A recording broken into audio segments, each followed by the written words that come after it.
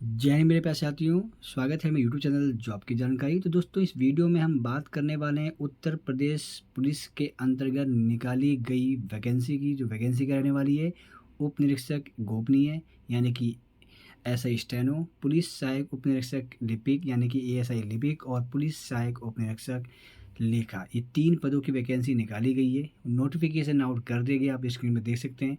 क्या क्या नोटिफिकेशन में रखा गया है उसके बारे में एक बार गो थ्रू करते हैं, ताकि सारे डाउट आपके क्लियर हो जाएंगे। सबसे पहले दोस्तों हम बात करते हैं कि कितनी वैकेंसी निकाली गई है।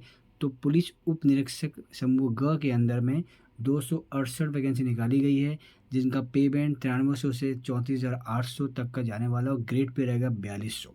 अब दोस्तों बात करते हैं पुलिस सहायक उप निरीक्षक लिपिक की, जिसके में जो वैकेंसी निकाली गई है 449 वैकेंसी निकाली गई है। इसका जो पे बैंड है वो 5200 से 20,200 तक देखने को मिलेगा, और अब जो ग्रेड पे रहेगा वो 2800 होगा।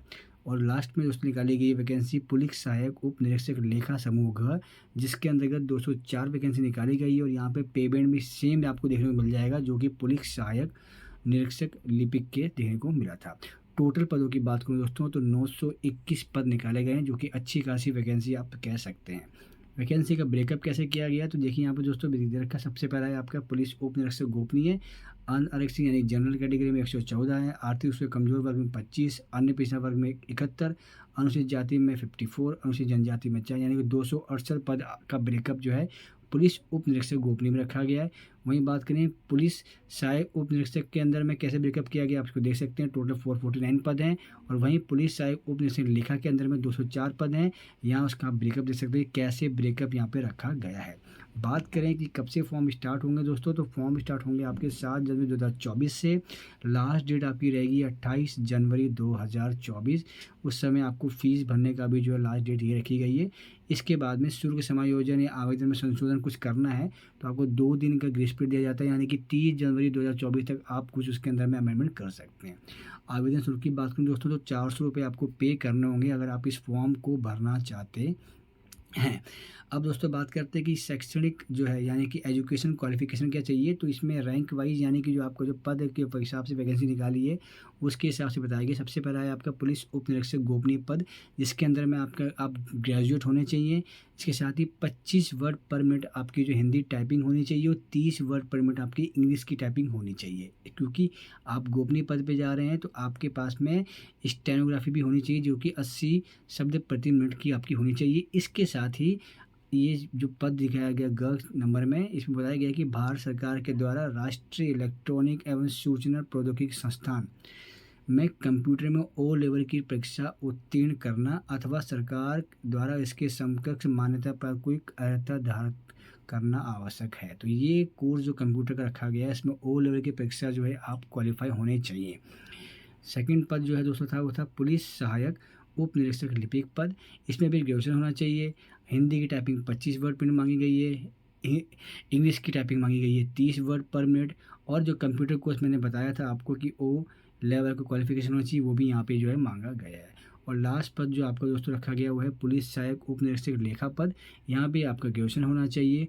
बस यहाँ टाइपिंग जो मांगी गई है वो हिंदी मांगी गई है 15 वर्ड पर प्रति मिनट, और आपके पास में कंप्यूटर का ओ लेवल का जो है सर्टिफिकेट जो है होना चाहिए। ये चीज़ें जो हैं आपके पास आएँ तो फॉर्म आप भर सकते हैं। बात करें एज की दोस्तों, तो 1 जुलाई 2023 को 21 वर्ष की आपकी आयु पूर्ण हो जानी चाहिए, और 28 वर्ष से अधिक नहीं होनी चाहिए। यानी कि 21 वर्ष के बाद इस फॉर्म को आप भर सकते हैं, और मैक्सिमम 28 वर्ष रखी गई है। यानी कि 1 जुलाई 1995 से पूर्व तथा 1 जुलाई 2002 के बाद का जो है जन्म आपका नहीं होना चाहिए। अब दोस्तों बात कर लेते हैं शारीरिक स्वास्थ्य हो गया, इसके देखिए फिजिकल एग्जाम भी होगा दोस्तों, वो कैसे लिया जाएगा। तो इसमें सबसे पहले आपका एक रिटन एग्जाम लिया जाएगा, जो कि 2.5 घंटे का आपका लिया जाएगा। 400 अंक का जो है ये पेपर होगा। 200 क्वेश्चंस आएंगे। तो क्वेश्चंस होंगे उसमें सामान्य ज्ञान, हिंदी और कंप्यूटर ज्ञान के 100 अंक, सामान्य जानकारी सामयिक विषय के 100 अंक, संख्यात्मक और मानसिक योग्यता परीक्षा के 100 अंक, और मानसिक अभिरुचि परीक्षा, बुद्धि लब्धि परीक्षा, तार्किक परीक्षा के 100 अंक का पेपर हो। यानी कि 400 अंक का पेपर आपको यहाँ पे आपको जो है यहाँ पे देना पड़ेगा। और प्रत्येक विषय में यहाँ पे जो है आपको 35% मार्क लाने होंगे पास होने के लिए। और 40% अंक लाने होंगे, जो कि नॉर्मलाइजेशन करने के बाद में होता है। तो ये चीज़ मैंडेटरी कर दी गई है। तो इस हिसाब से आपने रिटन एग्ज़ाम की अपनी तैयारी कर लेनी है दोस्तों, तभी आप जो है क्वालिफाई माने जाएंगे। अब दोस्तों यहाँ पे फिजिकल स्टैंडर्ड टेस्ट भी लिया जाएगा। तो उसको कैसे किया जाएगा, उसमें बताया गया है कि जनरल कैटेगरी या ओबीसी कैटेगरी से बिलोंग करते हैं तो 163 सेंटीमीटर आपकी जो हाइट होनी चाहिए। और अगर आप अनुसूचित जनजाति से बिलोंग करते हैं पुरुष कैटेगरी में तो 156 सेंटीमीटर आपकी हाइट होनी चाहिए। सीने की बात करूँ दोस्तों तो सेम रखा गया है। जनरल कैटेगरी और ओबीसी कैटेगरी, साथ ही अनुसूचित जातियों के लिए 77 सेंटीमीटर आपकी बिना फुलाए चेस्ट होनी चाहिए, फूलने के बाद 42 सेंटीमीटर। और अनुसूचित जनजाति के लिए 75 सेंटीमीटर बिना फुलाए और फुलाने के बाद 80 सेंटीमीटर होनी चाहिए। यानी कि 5 सेंटीमीटर जो चेस्ट जो है वो अनिवार्य है, आपको फुलाना ही होगा। वहीं बात करें महिला कैटेगरी के अंदर में, तो महिला कैटेगरी के अंदर भी सामान्य, अन्य पिछड़े और अनुसूचित जातियों के लिए 150 सेंटीमीटर हाइट होनी चाहिए। अगर अनुसूचित जनजाति की महिला है तो 145 सेंटीमीटर हाइट होनी चाहिए। वज़न की बात करूँ तो 40 किलोग्राम मिनिमम वज़न होना चाहिए। अगर वज़न नहीं है दोस्तों तो मान के चलिए कि आपको जो है फिजिकल एग्ज़ाम से डिस्क्वालीफाई कर दिया जाएगा। फॉर्म को कैसे भरना है दोस्तों, तो फॉर्म भरने के लिए लिंक दिया गया है। इस लिंक पे जाना है और जा कर के सबसे पहले आपने जो इंस्ट्रक्शंस हैं उसको पहले पढ़ लेना है। इंस्ट्रक्शन पढ़ने के बाद ही फॉर्म को भरना है, ताकि गलती किसी प्रकार की ना हो जाए। कुछ एक छूट दोस्तों यहाँ दी गई है। ये 5.5 नंबर का पैराग्राफ दिख रहा है आपको, इसमें वर्टिकल आरक्षण दिया गया है। उसके बाद नीचे स्क्रॉल डाउन करेंगे तो यहाँ पे हॉरिजॉन्टल आरक्षण दिया गया है। आप इसको रीड आउट कर लीजिएगा कि जिस भी कैटेगरी में आप आते हैं उसके हिसाब से आपको एज में छूट देखने को मिल जाएगी। ठीक है दोस्तों, तो ये चीज़ जो है आपको देख लेना है एक बार कि इन दोनों कैटेगरी में आप जिसमें भी आते हैं उस हिसाब से आप अपने एज में छूट ले सकते हैं। फिर भी कोई डाउट होता है तो आप कमेंट बॉक्स में कमेंट कर दीजिएगा, मैं जो हूँ रीड आउट करके आपकी हेल्प कर दूँगा। अब जो ऑनलाइन शुल्क जो आपको पे करना है उसके भी ऑप्शन दिए गए कि आप credit card, debit card, internet banking, UPI के थ्रू जो है जा कर के अपने फ़ी को भर सकते हैं। फ़ी को ज़रूर अपलोड फ़ी को ज़रूर पे करना है दोस्तों। अगर उसको पे नहीं किया तो आपने भले ही पूरा फॉर्म भर दिया लेकिन आपका फॉर्म रिजेक्ट कर लिया जाएगा।